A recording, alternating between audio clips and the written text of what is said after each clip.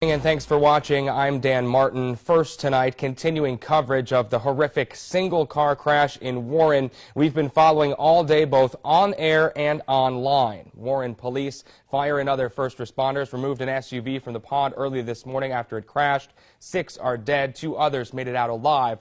All are 19 years old or younger. We begin our team coverage tonight with Natalie Jovanovich. 6 victims in today's crash. We're students here at the Willard School, and 3 more of those victims went to, at one point, Warren Harding High School. And that's why administrators decided tonight to bring in counselors for the community, family members, friends, anybody that wanted to come and grieve together and get counseling. Now, we do have the names of those 6 victims tonight, as well as the 2 that were treated and released at St. Joe's Memorial Hospital. All of these teens are from the Warren area. The 2 that were injured, 18-year-old Brian Henry, 15-year-old Asher Lewis. The 6 that were killed today: 19-year-old Alexis Kaysen, 14-year-old Andrique Bennett, 15-year-old Kirkland Boehner, 15-year-old Dalen Ray, 17-year-old Brandon Murray, and 15-year-old Ramon White. Our Julie Bursick has been following this story since the accident first happened this morning. She caught up with Alexis Kaysen's family to find out how they're feeling after losing their loved one so tragically. Investigators combed through crash debris on Pine Street southeast in Warren. Highway Patrol says 8 people were inside a Honda SUV heading south on the road when it hit a guardrail and landed in this pond. Firefighters removed 5 victims from inside the vehicle. A 6th was ejected during the crash and later found under the SUV when it was being removed from the water. All 6 died. 2 escaped the wreckage and ran for help. One of the dead found in the car, 19-year-old Alexis Kaysen. Sources tell us she was the driver. She's been on my mind so many days, and I kept seeing people walking around, and I thought it was her, and it wasn't each time. Asia says she doesn't know where her little sister was going or why. All I know is her friend said she didn't even know she left. She says her sister liked to make people laugh and leaves behind a 4-year-old boy. Tim Kaysen describes his niece as a sweet young lady. She was crazy about her Uncle Tim, and every time she sees me, she just walks up to me, she hugs me. When Tim woke up this morning, he heard about the crash and started praying, not knowing his niece was involved. What he had to do next shook him to his core. I just had to walk, and identify her body, and it was her. Tim says his heart goes out to all the victims and their families. So does Warren Mayor Doug Franklin.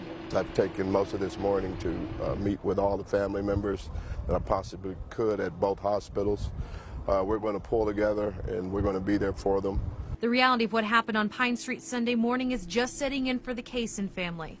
And through her grief, Asia has a message. I just want everybody to know, even if you're going through something, pick up the phone and call your siblings and your family and tell them you love them, because you never know what can happen. Tomorrow is not promised to anybody. In Warren, Julie Bursick, 27 First News.